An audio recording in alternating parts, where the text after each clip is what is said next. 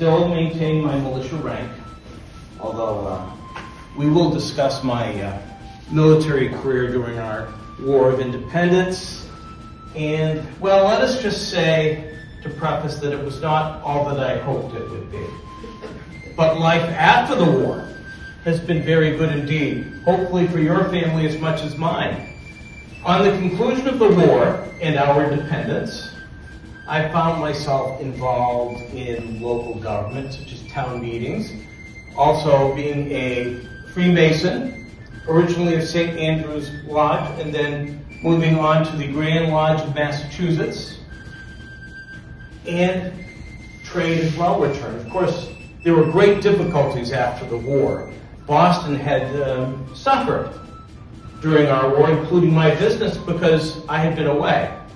I had been serving as a lieutenant colonel in the Massachusetts Artillery Regiment throughout the war, whether it be out on Castle Island or as part of expeditions to Newport, or up in the northern parts of Massachusetts on Penobscot Bay, which we will discuss, with some disappointment. But life since then has been good. I returned to my shop, my silversmith trade, my title being Master Goldsmith, of course, has thrived. My son Paul Jr. has taken over that. I have opened an iron foundry in the north end of Massachusetts where we cast all sorts of things, but most particularly cannon and bells for churches and schools and towns. And most recently, I mentioned I came from Canton, did I not? Well, that is where the new Revere house is, and the new Revere copper mill for the rolling of copper for such things as the USS Constitution, originally with spikes and bolts and things, and eventually to recoppering the ship itself to the dome of our new State House. So I have thrived in industry since the war began. It makes me wonder why things went so wrong during the war with my attempts at military command. Well, I had expected, when shots were first fired on Lexington Green, and that is how we will finish, I had thought that I perhaps might have, in those days, rank in the Continental Army as an artillery officer. Had I not done a great deal for Massachusetts and the other colonies? Had I not been a messenger rider going to New York and Philadelphia as well? Had I not ridden through the countryside spreading the alarm? And after the war had begun and the siege of Boston was underway, had I not, again, had out-of-doors work in which I was helping to raise troops and find powder mills and supplies for the army? I had expected, through my friends in our Congress in Philadelphia, both Adamses, eventually John Hancock, Robert Treat Paine, and Elbridge Gerry, and others, that they would remember me when the time came to have rank in the Continental Army. A show of hands, how many think that they remembered me when that time came? They did not, sir, did they? John Adams remembered Henry Knox, the bookseller of Boston, and of course you've heard of Secretary Knox, Secretary of War Knox, and his rise to fame from being Boston bookseller to being the chief of artillery in General Washington's army. This may sound like a great deal of complaining to begin our talk, but it explains what would happen next. I was one of those, originally as a major, eventually as a lieutenant colonel of the Massachusetts Regiment of Artillery, who would stay behind to defend Boston should the Redcoats return. Did they? They did not. So what happens to a command when the war goes elsewhere? Be it New York, Pennsylvania, or South Carolina, what happens to the command at a remote fort out in the harbor? It degenerates into a series of court-martials over sentries falling asleep on their posts. Drunkenness on duty. Insubordination desertions, day after day, arguments among the officers about pay and about money allotted for uniforms. We actually complained because we felt that were we not serving our country just as much as Continental officers, we expected that Massachusetts would treat us just as they would Continental officers as far as pay and uniforms. And they did not. There was so much disgruntlement over it that my commanding officer, Colonel Thomas Crafts, and others resigned their posts. I decided to stay on. Of course, when they all turned in their resignations, I happened to be in Newbury, north of Boston. I was not there. And some of them, if you can imagine, held a grudge against me because I had decided to stay and serve my country. And we'd been reprimanded for our complaints about pay and clothing, for not being true sons of liberty. That we all seem to be thinking more about gain than our country. Yet I stayed and the others left. So I inherited that command, and I also inherited very little action.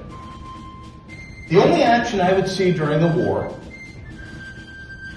is when we were starting to win our glorious victory during the Saratoga campaign, the Battle of Bennington, in which the Hessians were attacked by General Stark and his men, and many prisoners were taken.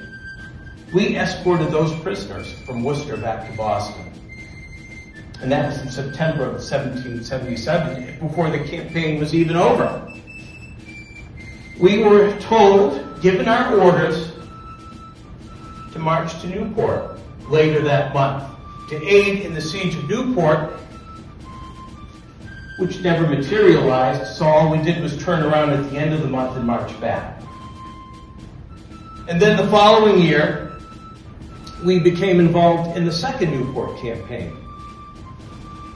And this time, we had the French as our allies.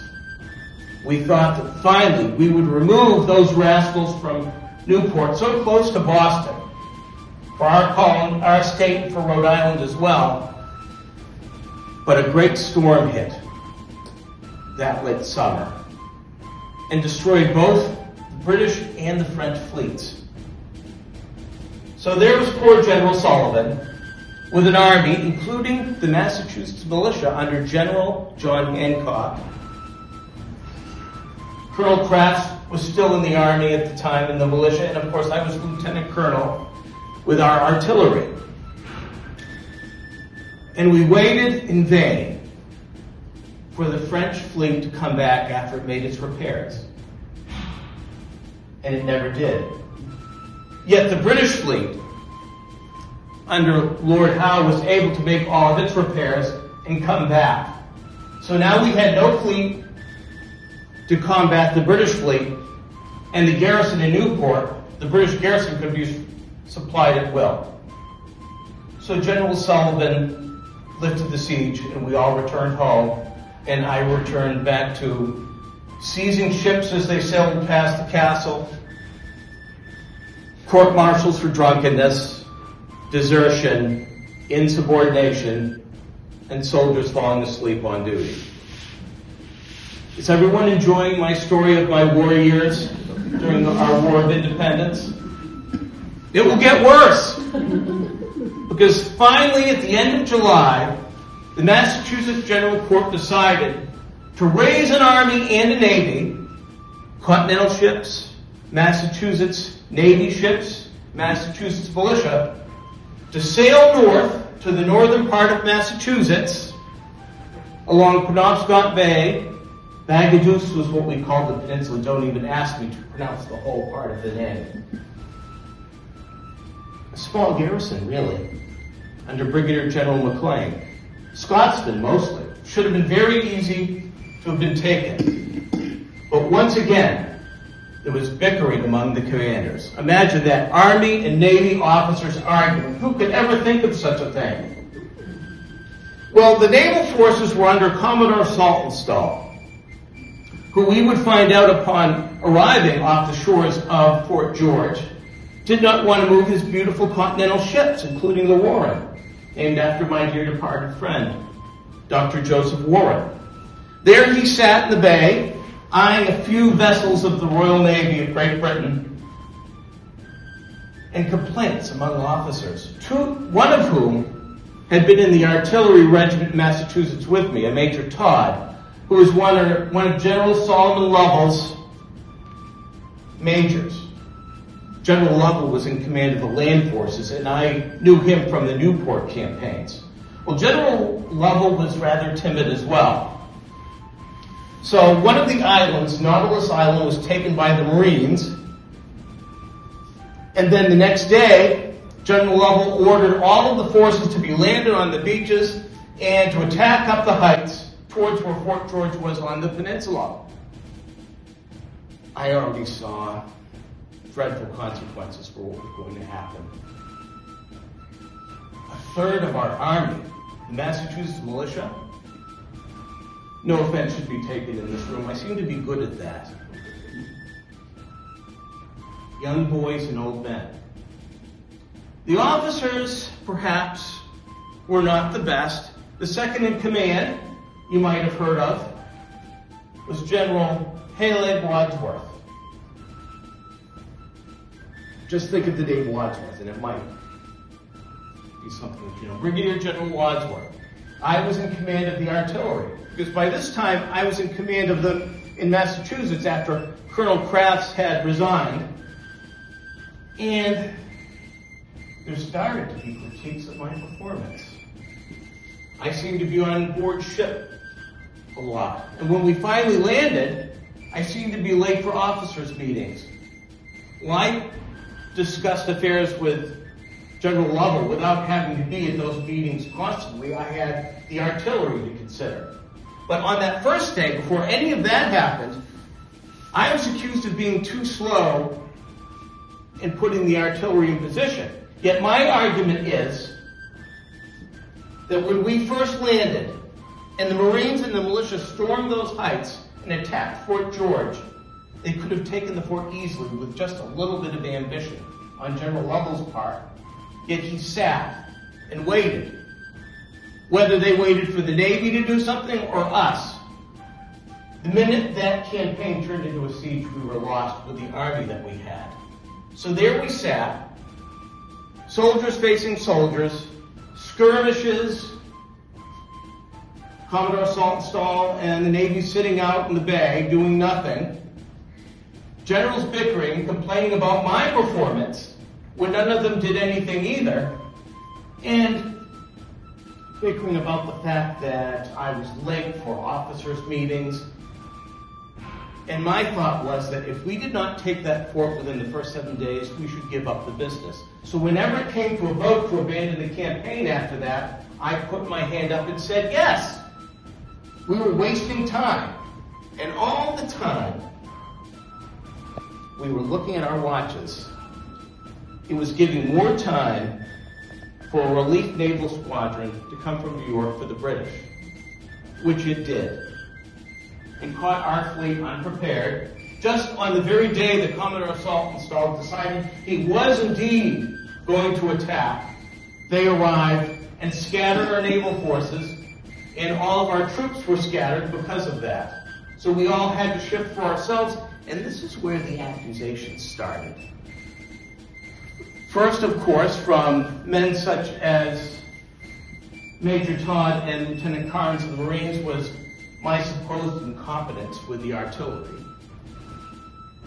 And then, of course, it was because I had gathered up our men from Massachusetts to go home. It was cowardice and insubordination, not following orders. Well, there was a little incident with General Wadsworth in a certain boat. Now, it just so happened on that boat, I had my personal effects on the boat.